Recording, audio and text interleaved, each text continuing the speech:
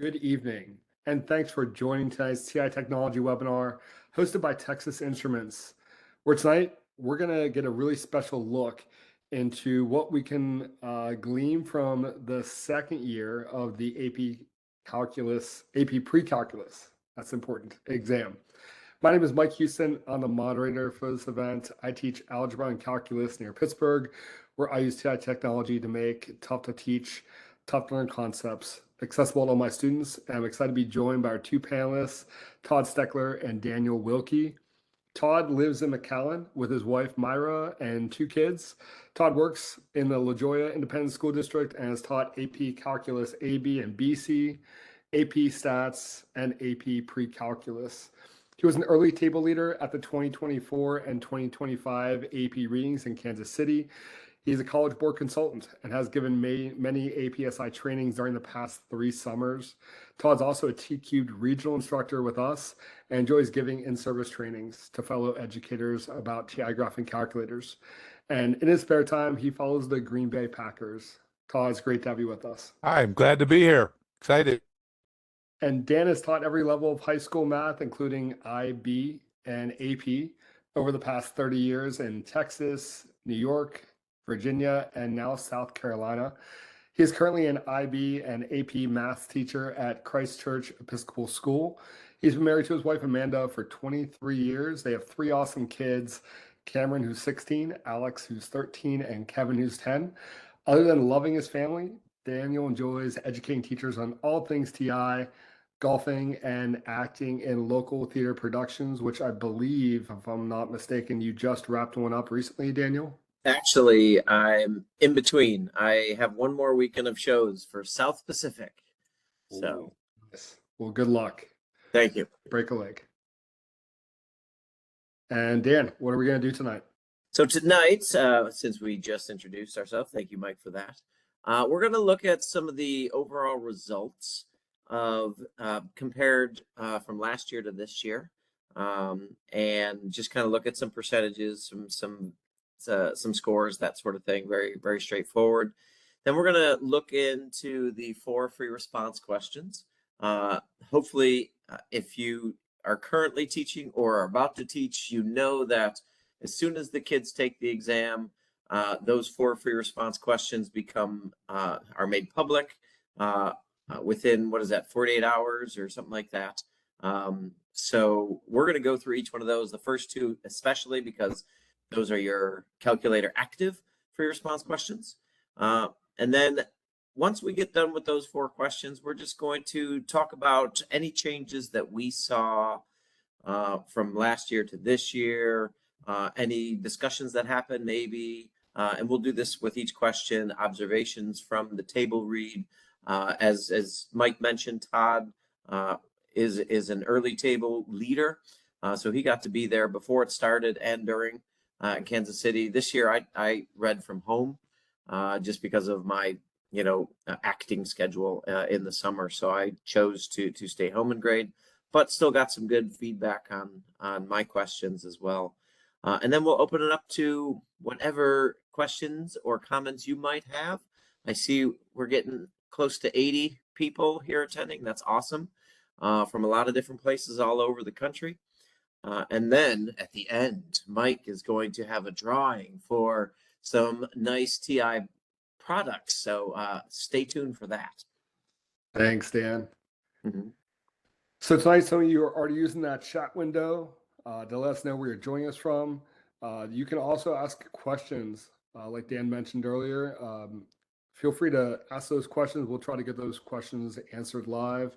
As a reminder, this session is being recorded, and we'll provide a link to the event certificate of attendance at the conclusion of the webinar, along with the documents that Todd and Dan are using tonight, which are going to be, I think, super helpful. There's a really nice PowerPoint they put together showing screenshots from both the TI-84 and the TI-Nspire platforms. So hang tight. You'll get those documents at the end. And without further ado, Todd, it's all yours. Sounds good, Mike. Thank you.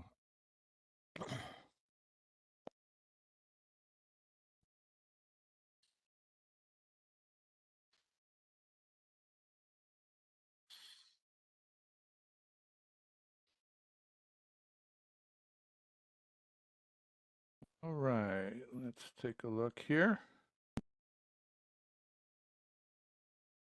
So this first screen is some results comparing the 2025 scores to the 2024 scores.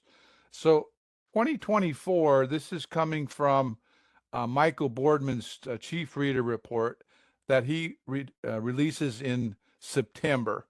So the 2024 are final results.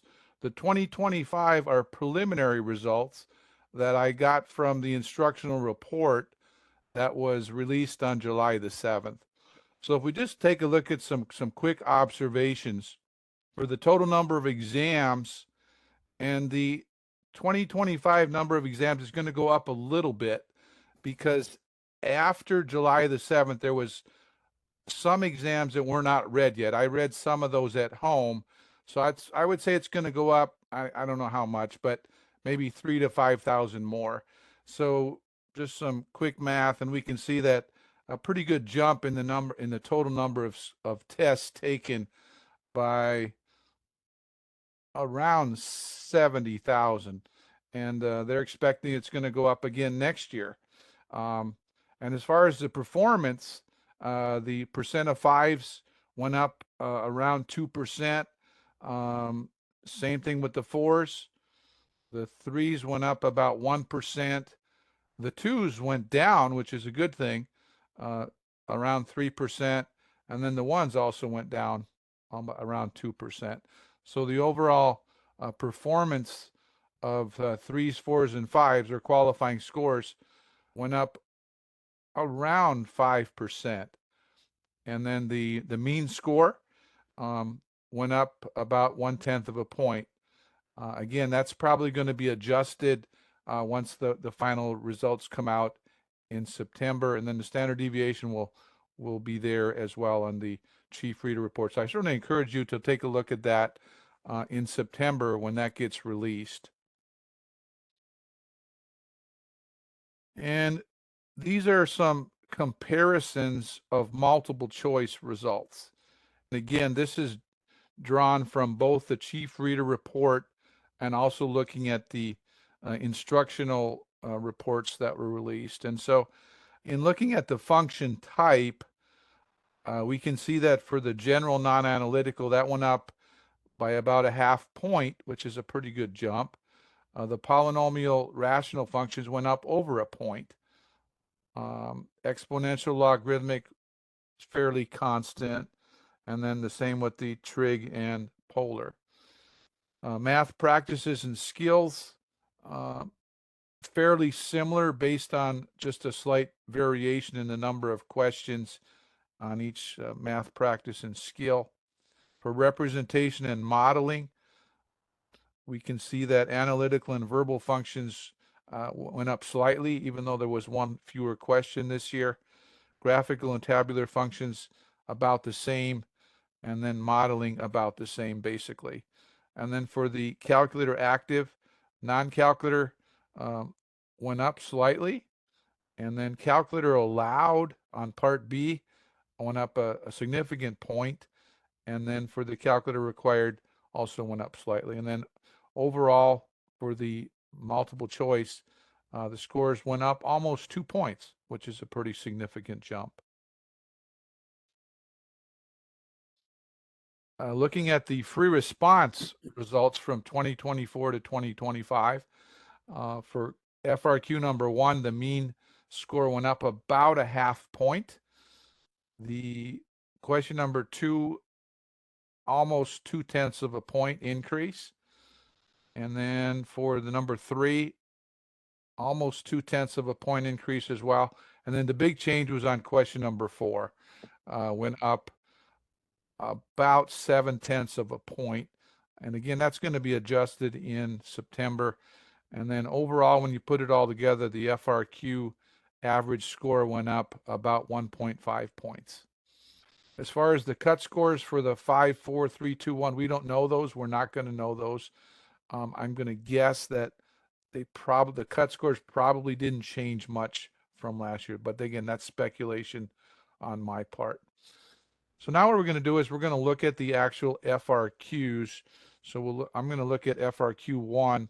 I didn't grade FRQ1 this year. I graded it last year. And then Dan's gonna do the FRQ 2 and 3, which he's graded the past couple years. Then I'll come back and do the FRQ number 4, which I graded this summer. So the STEM on this question, this was the function concept question, calculator active question. So function f is a decreasing function, and it's defined for all real numbers. And there's a table that's given for function f, for f of x, so some function values, that's selective values of x. And then there's another function g that's defined as an algebraic function, and this is a cubic function, negative 0.167 x cubed plus x squared minus 1.834. And then the first part of A said there's another function h, which is defined as a function composition, g composed with f of x. And the question said to find the value of h of 1 as a decimal approximation or indicate that it's not defined. And then we're supposed to show the work that leads to your answer. And so the work, h of 1 is equal to g of f of 1.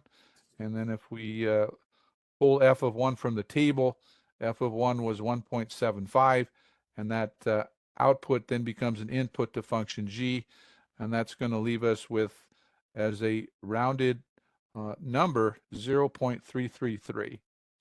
And so when we present answers that are calculator active, it has to be either rounded or truncated to 3 decimal places.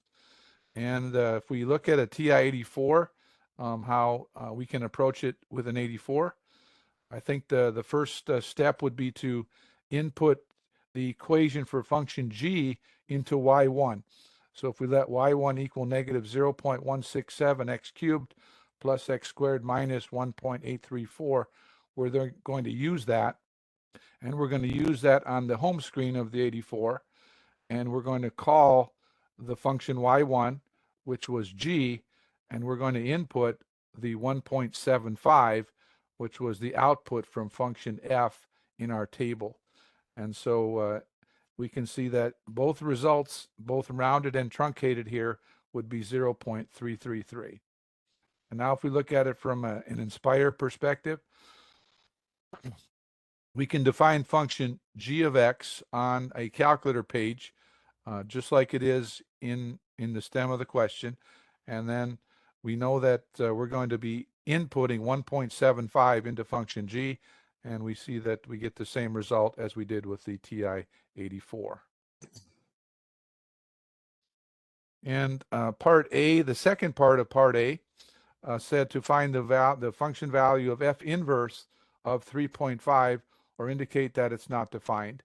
And so for this result, we know that on our table for function f, the ordered pair 0, 3.5 belongs to function f. So for function f inverse, one of the properties of inverse functions is that the ordered pairs, the x and y coordinates swap. So that would give us the ordered pair 3.5, 0. So then the function value of f inverse at 3.5 would equal 0. And really, I don't really feel there's a place to use a calculator on this part of the question. All right, the next part for part B says for BI, find all values of x as decimal approximations for which g of x is equal to 0, or indicate that there are no such values. And so if we take a look at the answers, there are 3 answers rounded to / truncated. One of them is negative 1.233. One of them is 1.578. And then the third one is 5.643. And to get the point for this question, a student had to present all 3 answer choices correctly rounded and or truncated. And so if we look at a TI-84, we've already inputted function g into y1. And for y2, we see that g of x has to equal 0. So I put in the function value 0 for y2. And then from there, if we take a look at a graph, we can see that the blue graph was function g, and then y equals 0 was the red graph. And these 2 colored graphs are going to intersect in 3 places. And so we have to find the 3 intersections. Now I put one screenshot here that shows all 3, but in reality it had to be one intersection point at a time. And so I kind of did some screenshotting that you don't see, where I put all 3 intersections on the same screen, but normally it's just one at a time that has to be done. Now this could have also been done using the 0 feature of the TI-Nspire. But again, my personal preference is I like to do intersections when I'm solving equations. And so I try to be consistent on that. If we look at using an Nspire, same type of thing. We've already inputted function g on a calculator page. And so what I did then is I went to a graph page, and on f1 of x, I just inputted g of x. And then I went to, on the graph page, I went to the relation feature, and on relation, I inputted y equals 0 for the other side of the equation. And then I found the intersection points. And on the Nspire, we can do intersection a couple different ways. One of them is just like on the TI-84, where we can go to the menu key and then look under the intersection. I prefer to go to geometry, and in geometry there is a feature of points, and if we click the first feature there for points and lines, there's a place to get intersection points, and that's a little bit faster because it will allow us to get all 3 intersection points at the same time. And so we have all 3 answer choices that have to be presented to get the point here. All right, let's move on to the next part of part B. So part B, the second part says determine the end behavior of g as x increases without bound, and we have to express this answer using the mathematical notation of a limit.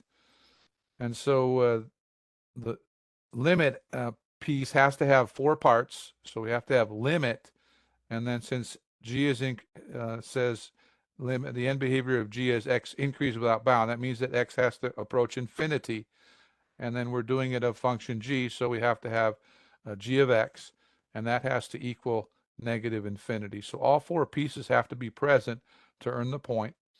And using a TI-Nspire, this is the graph of the TI-Nspire, which we saw that on the previous screen.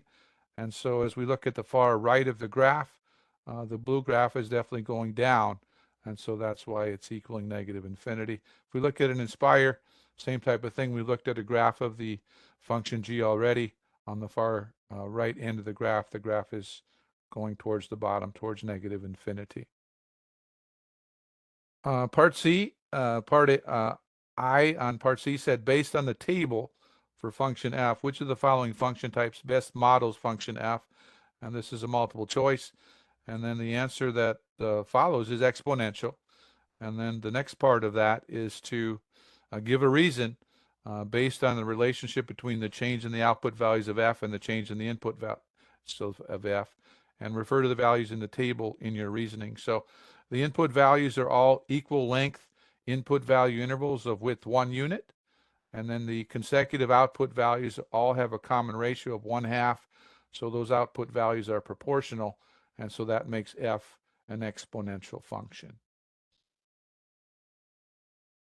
So if we look at the breakdown of all 6 points and compare it to 2024, basically 1AI is pretty similar. 1AII went up a little bit, about 1/10 of a point. Same thing with 1BI went up a little bit. 1BII went up about 1/10 of a point. 1CI, and then 1CII. So pretty consistent. Most parts went up about 1/10 of a point. So the overall score went up about 0.5 points, which is a pretty nice increase from one year to the next. So these are some observations, and these observations were from the reading that a lot of the readers made some observations, and also from some of the APSIs that I've done this summer. Decimal presentation errors continue to be common. Remember that students have to present 3 decimal places to the right, rounded or truncated. Some students were not able to distinguish between input values, in other words, evaluating a function, and output values or solving an equation. And this was common through other questions as well. The function composition point requires supporting work, and so basically that means at least one intermediate step. With inverse functions or invertibility, these should be practiced analytically, graphically, and tabularly. And whenever a function is not invertible, there has to be evidence for that specific function provided related to the actual problem. And so it's important that that is provided, not recipes. In other words, it couldn't be something that says something that the function is not one-to-one or doesn't pass the horizontal line test, but it's got to be specific to that specific problem. And then with end behavior statements, it's important that they're always going to say is x increases without bound or is x decreases without bound, to make sure we are having our limit statement either x approaching infinity or x approaching negative infinity. And then for the justification of a function type, there has to be reference both to inputs with specific at interval values if relevant, and also to outputs, again with specific values if relevant. They need to be present. So, Hey, Todd, yes. can you, there was a question about how you decided it was exponential. How, I mean, just kind of looking at that, just wanted to explain it, just because we're looking at the table and the students should be made aware of the patterns that are in the table. And that's how they're answering that, because someone asked if you use the regression feature. Definitely not. It really has to be based on the definition. And so the definition in the CED for an exponential function basically says when we have equal length input value intervals on an exponential function, the consecutive output values are going to be proportional. And so we're trying to use more or less that same language. Students don't have to use exactly that, but something that kind of conveys the same message. Thank you, Todd. Thanks, Dan. All right. Anything else, Dan? I'm just going through. Yeah, I think that's good. All right. I am going to turn that over to you. So I'm going to stop here and you can take over for FRQ number 2. All right, sounds good. We will share. All right. I am at the right spot, so I will start from here. All right, so dealing with FRQ2. So I actually, my main question that I graded or read this summer was FRQ3, which tends to be kind of a very straightforward, quick question to grade. My roommate last year when I read, he did 3 and they flew through that. And so when I was at home reading, I went through number 3 real quick. And then they said, hey, you're done with this and we still have one more day to grade. So I got to look at FRQ2 as well. But I also graded FRQ2 last year. That tended to be a very long process, just because there was more reading to do in FRQ2 than there was in, well, at least FRQ3. And then just kids had to, in the last 2 parts, do a lot of explaining, had to do some writing. And so that we had to spend a lot of time just kind of examining, you know, what the student was saying and seeing, and did they have the keywords and phrasing in there that we were looking for. So basically we're dealing with some given information here. We were given 3 basically input and output values. 0, 25, 2 and 30, and then 4 and 34. And we wanted to create a quadratic function there. And so, and again, it's pretty important, you know, when we're doing this, it says write 3 equations. So the question is leading the students into how they're supposed to answer. So hopefully you're holding their hand when you're going through this during the year, that they should be, okay, writing the 3 equations and then solving the system using these 3 equations, because, you know, there tends to be some discussion of, if they give you these 3 points, can't you use a regression to kind of find that? And I guess you could, but I remember last year there was some slight issues with some rounding with the results of the regression, and it may have thrown some of the student works off. So the AP is really getting the students to solve systems of equations for these. And so that's why they have this part one, or A1, which is write three equations. So we're seeing this as just plug the values in. AP is not asking the student to simplify. If they do simplify, that's okay. They can still get credit for that. Even in that first equation, if they wrote C equals 25, that's fine. And I know in certain cases, I've seen AP allow us to accept if they found C is 25 and then plug that in to the C's in the other two equations. I've seen that work out as well. But they really just need to, tell your students, be as simple as possible. Plug the inputs in for T, plug the output in for D of T, and that's it. Just write out the three equations. They don't have to go crazy with what they're doing. They can simplify, but not necessary. And then in part two, here we're trying to find those decimal approximations. And since we are writing these three equations, this is where, using the calculator is going to be kind of the biggest part of FRQ2. You're just going to honestly solve a system on the calculator. So there are two ways. I got an 84 and an Nspire version of this. So first of all, if you go to the apps button on your 84, and then you're going to go to the simultaneous equation solver. So you're going to hit the apps, go down to simultaneous. I think it's down at the bottom of that screen. And you're going to come up with what you see down here in my bottom left-hand corner. They're going to ask you how many equations, how many unknowns, and you just have your students move over to the threes. I really didn't change anything else. I just put in those two things. And then I hit the graph button, which corresponds to the next here.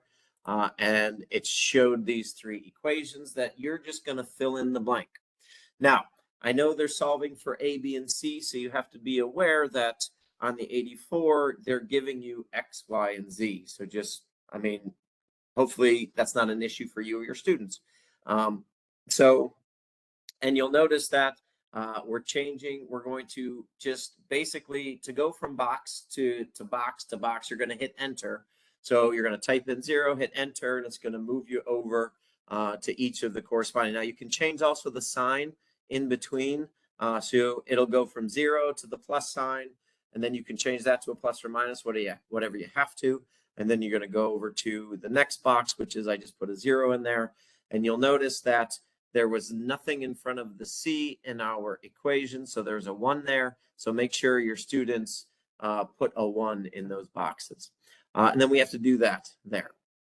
What was selected under the apps for solving systems? It's called simultaneous equation solver. So I can, I'm going to show you really quick because, that's what I like to do.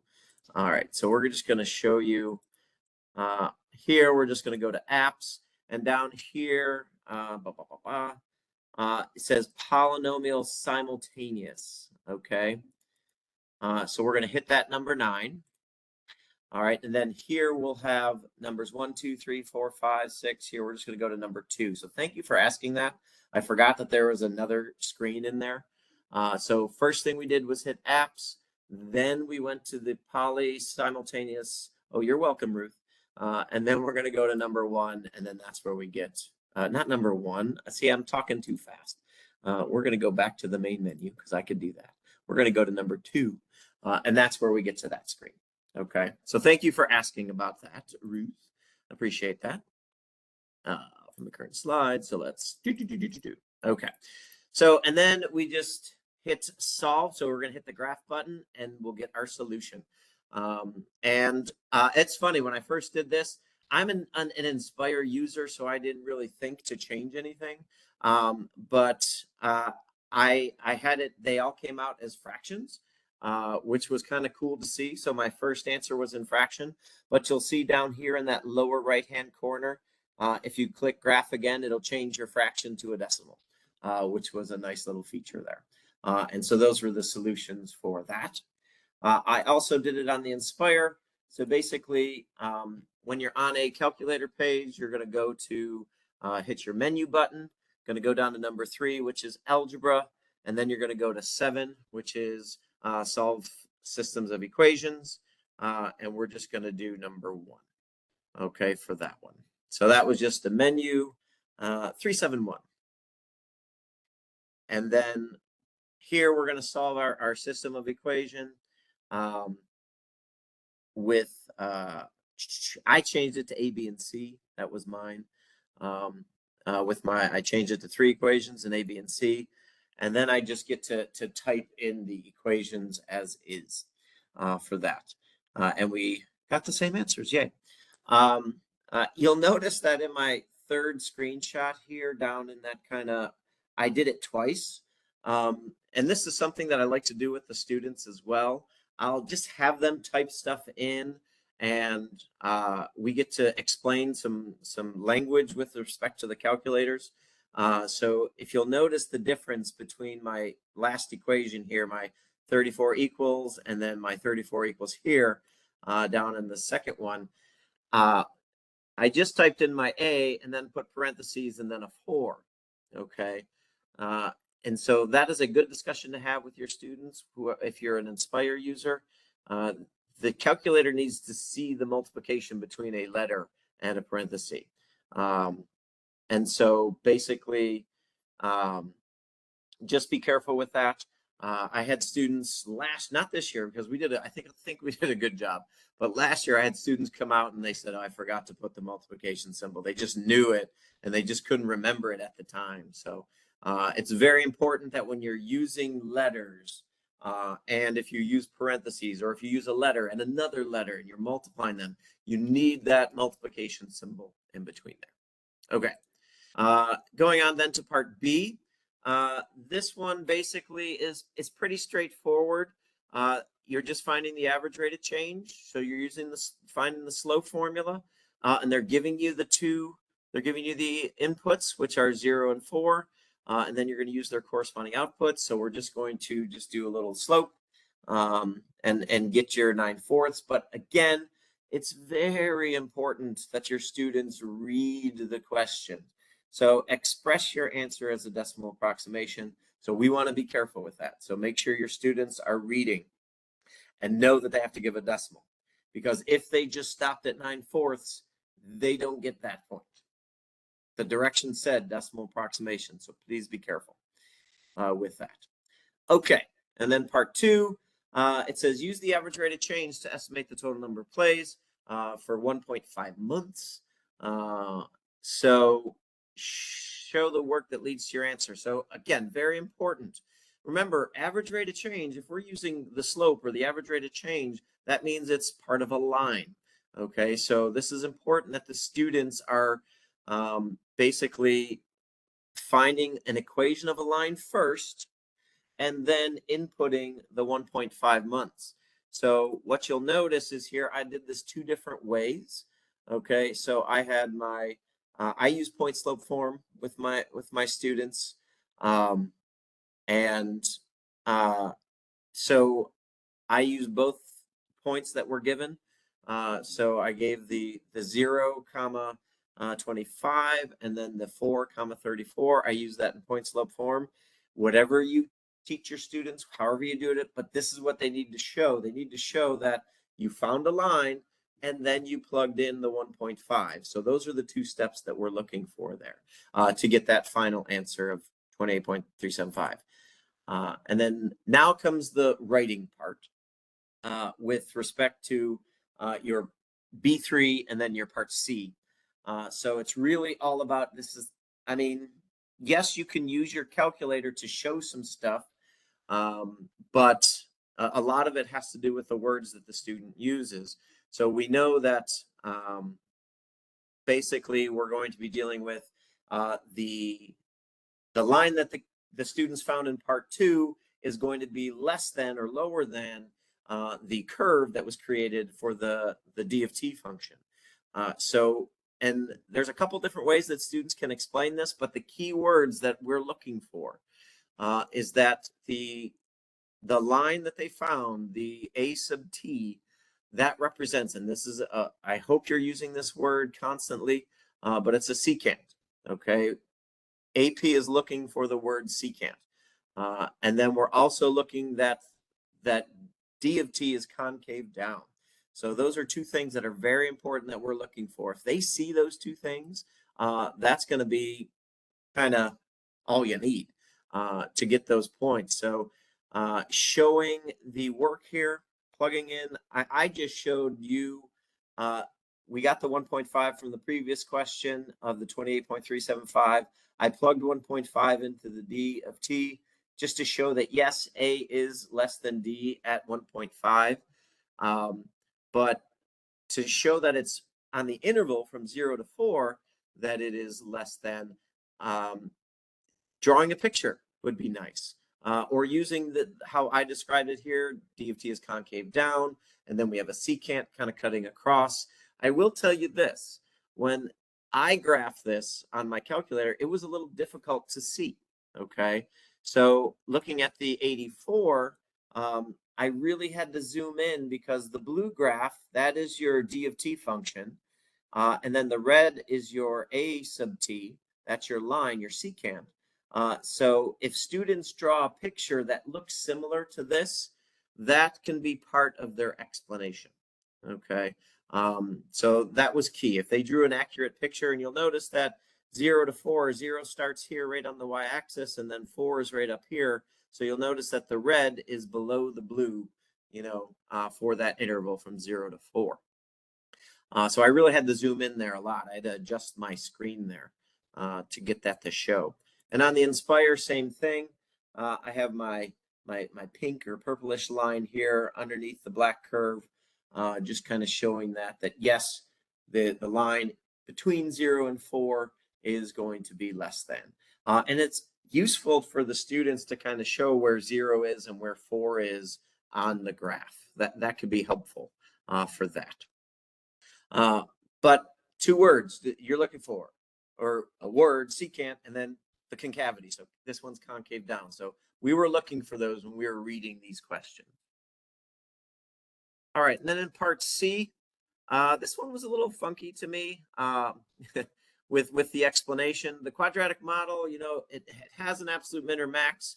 How can you determine how can that help to determine the domain restriction? So here you're trying to discuss, you know, that since it's concave down, we are going to have an absolute maximum. Why is it concave down? Well, then you can get into the discussion that the leading coefficient or that A coefficient is negative. So the students can discuss that. And then you can talk about whether it's going to be your number of plays is increasing before that and then decreasing after that. So, and that's kind of how I explained mine here. So since the leading coefficient D of t, the A value is negative, it opens down. So it's always concave down. So we are going to have that global max or absolute max. I don't know why I use global. My mind was in a global frame of mind. Sorry about that. But this also means that the number of plays will have a maximum. So they will increase before that maximum. And I gave the maximum, the 1140.125. And then after that, 11 stands for months. So after 11 months, the number of plays will decrease for that. All right. So looking at the scores here for FRQ2, you'll notice that, I mean, in part A1, we saw a slight little decrease, you know, in that. But then for the rest of them, we saw, we saw an increase. So that first part, I don't know what happened, but we did see a majority of increase throughout that problem. Dan, I'm going to speculate. Last year, there was 2 equations with 2 variables that had to be set up. So I think that was slightly easier. This year it was 3. Yeah, that's a good speculation. I'm glad you said that, Todd. I might agree with you there. All right. Just some observations. Students should use the given points, okay? In a, you know, in this the stem of the question and the parameters. So that's what they're expecting to see.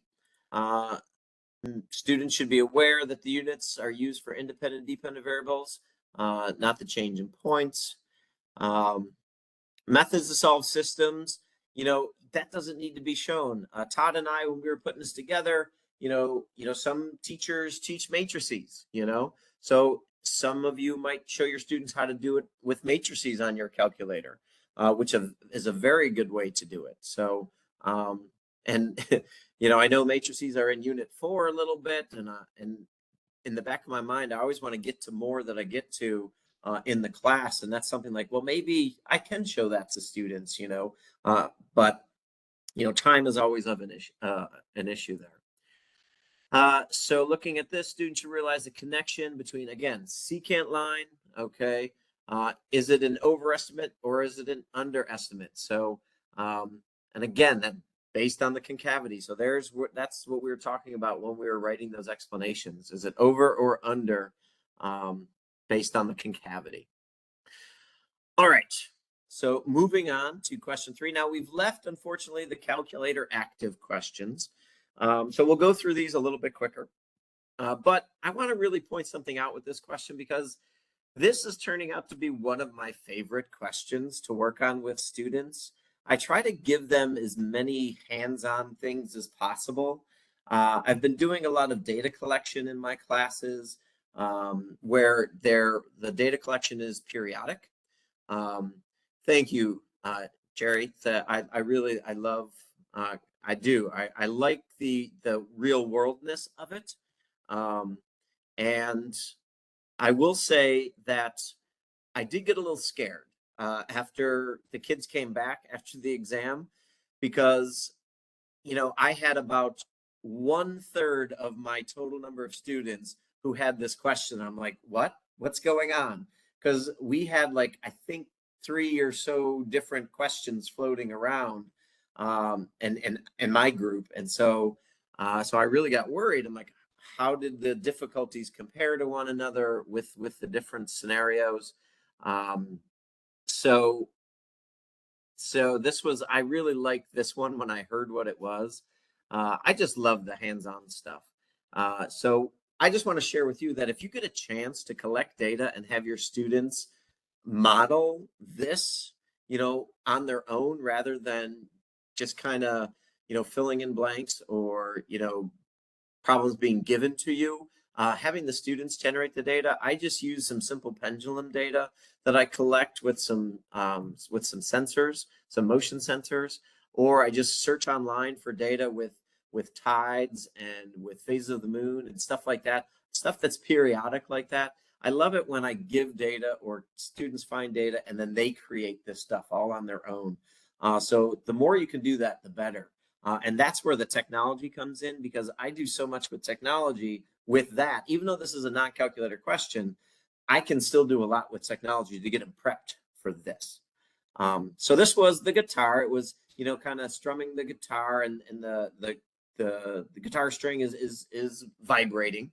So it's making this oscillating movement, and it's going in a periodic function. And we know FRQ3, if you've been teaching this course, you have to label these 5 points. So I want to make sure I go a little bit quicker here. So basically, the fun part to this question was what students did to get these answers.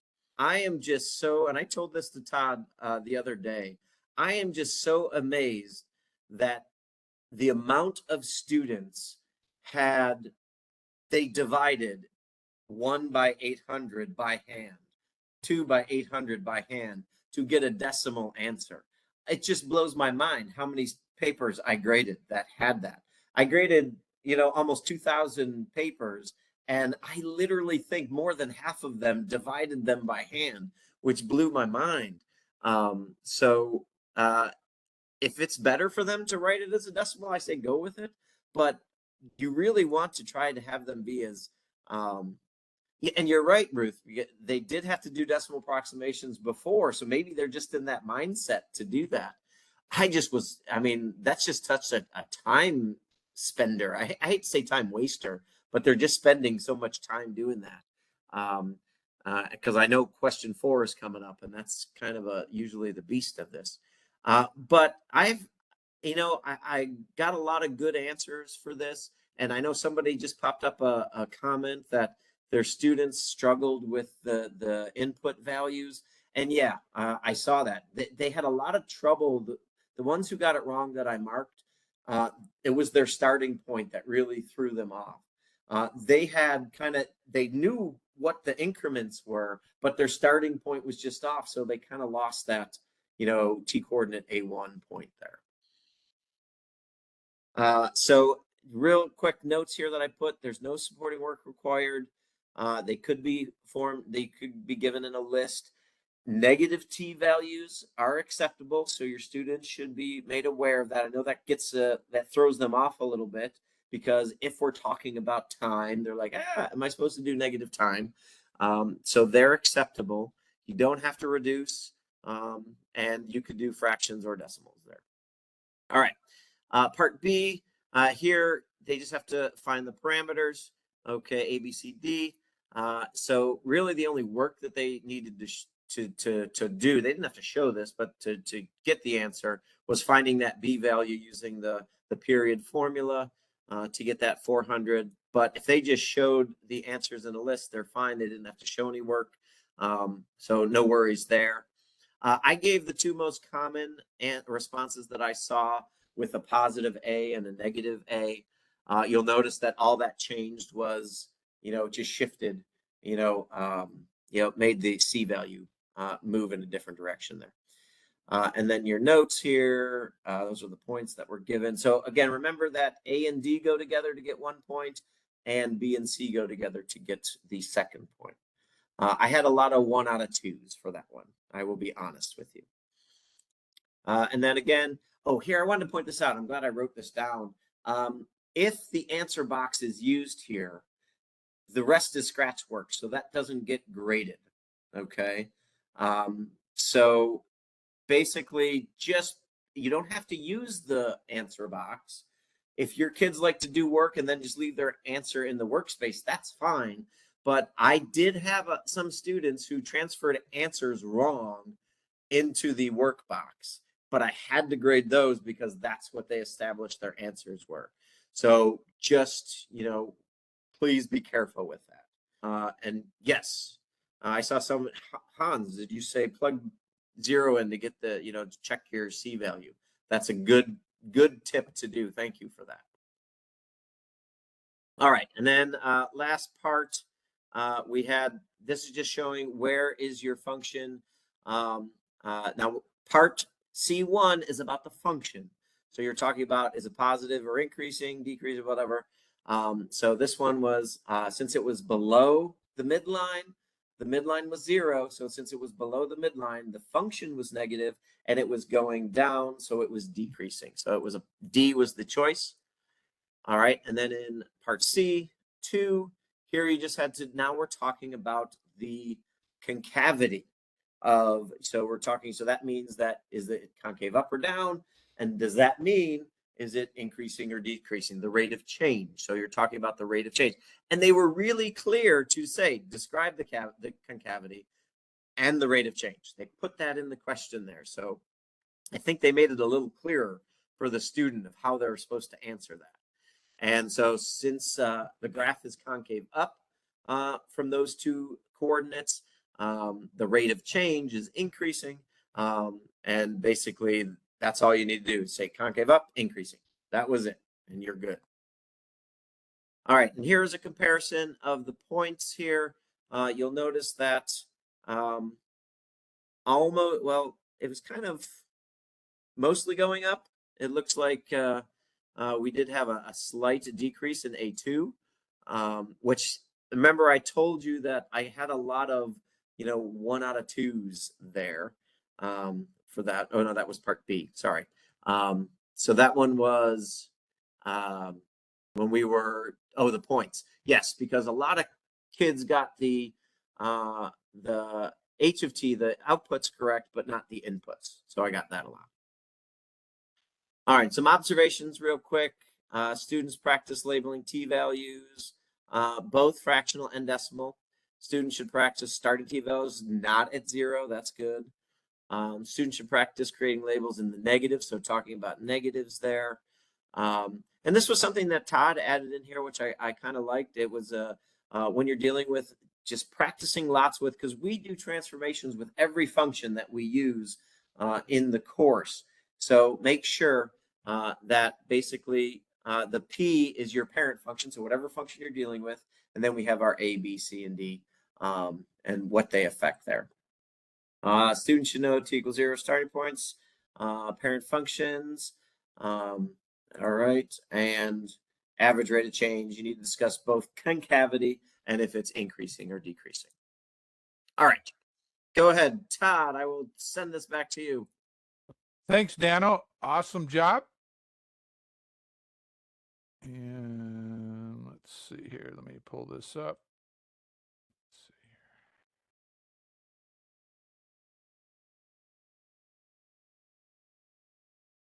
here. Let's see, Dano, can you put yours back up? I got it. I got it. Okay, here we go. I got it. So question number 4, this is another non-calculator question. So there's some directions for FRQ4. It's the one on symbolic manipulation. So I like to read this with the students.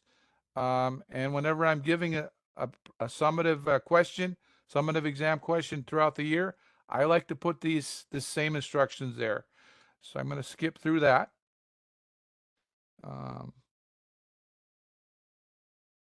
And so FRQ number 4, part A, we had 2 functions, G and H. So G was a log function, H was a cosine function. And we had this on A1, we had to solve G of X = 4 for all values of X in the domain. And pretty straightforward, solving for X = 9. Overall, the student performance was pretty good on this question. Again, students had to provide supporting work, so there had to be at least one step between the start of the equation and the end of the equation. And as long as they provided one step, they were good to go. For question number 2, solving the other function equation, setting that equal to 0. And same type of thing. Student performance was pretty good on this overall. And students just had to provide one piece of supporting work to go from 4 cosine squared of X = 3 to X = pi/6. Overall, we were pretty pleased with both parts of part A. Part B is where they had to rewrite some expressions. And so for B1, function J was a log function, and so they had to rewrite it in the form of log of some expression with base 2. And so as long as we saw that somewhere, they were good to go. This was one part that, believe it or not, they didn't have to show any work. They just had to get to log of X base 2. It was the one part of question number 4 where if they just provided that expression answer, they were good to go. And then part 2, they had to rewrite function K so that it has tangent of X in only one place. And we had a good number that it were able to get to 6 tangent of X for their final result. And then part C was the part that gave students the toughest time on FRQ number 4. It was this equation that a lot of students have seen in Algebra 2 before, but they struggled with it. And so there were some students that factored this directly into e to the x - 4 and e to the x + 3 is equal to 0. And then students had to remember that there was an extraneous solution here, x = negative natural log of -3. So there was a good number of students that, for whatever reason, they didn't remove that answer. So they lost a point for the answer point. And there was a good number of students that used a U substitution here. Sometimes students didn't tell us that. They didn't tell us that it didn't have to be U, but it had to be something that was equal to e to the x. And so if students didn't tell us that, it had to be an explicit declaration. And if they didn't tell us that, they didn't get the first point unless we could kind of piece it together. And so there was a good number of students that lost the point because they tried a substitution, but they didn't explicitly tell us what their substitution was. So looking at the statistics for each part of FRQ number 4, AI, we had about a 1/10 increase. Same thing with AII. BI went up by quite a bit. That's above 2/10 of an increase, which is a nice increase. BII had a slight increase. CI went down, and again, I would say overall this C question was tougher this year than what it was last year. And then overall, this was the question that the FRQ question that showed the biggest improvement. So the average score of 1.9, which is about 0.6 of an improvement from last year. And just some general observations here of FRQ number 4. Supporting work, and I mentioned this in FRQ number 1, meaning at least one intermediate step needs to be shown. And this was common throughout most of the FRQs, just this correct mathematical notation. And again, as teachers, I know we emphasize this, and we just need to continue to, because our students sometimes, this year we were a little bit lax, and I just have a feeling that as the years go by at the readings, we're going to become less lax. We're going to be a little bit more strict on what's acceptable and what's not acceptable. Proper uses of parentheses, especially with the log functions and the sign functions, to just make sure that those are used correctly. Again, most of the time we accepted it if we could kind of piece it together, but I think in the future it's going to be better to make sure that this parentheses are in the right place. This we saw, unfortunately, quite a bit. This idea that reciprocal functions and inverse functions are equivalent. So in other words, this idea that cotangent of x is equal to 1 over tan x, and that's equivalent to tan inverse of x, which as math teachers, we know that that's not true, but a lot of our students thought it was true. And if we could piece it together, we accepted it, but in the future, I'm going to guess it's probably not going to be acceptable.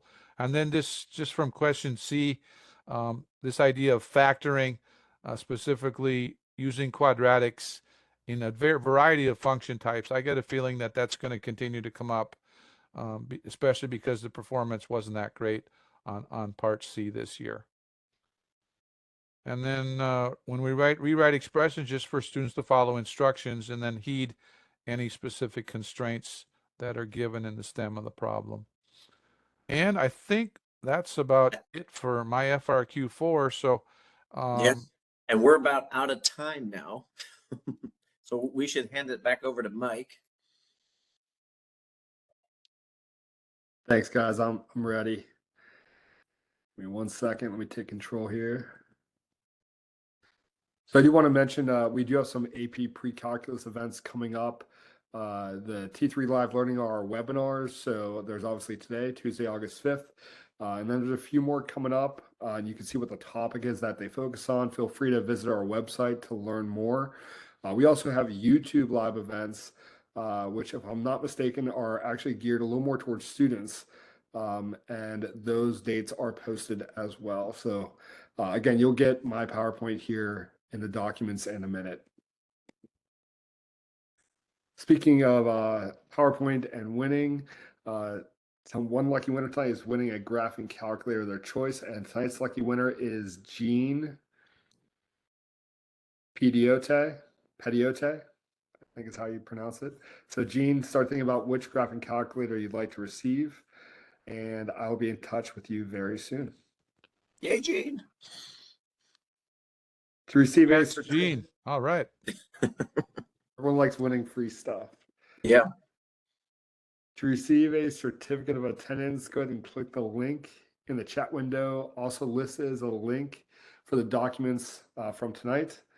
And if you're watching this on demand, copy that link into your favorite browser to receive your certificate.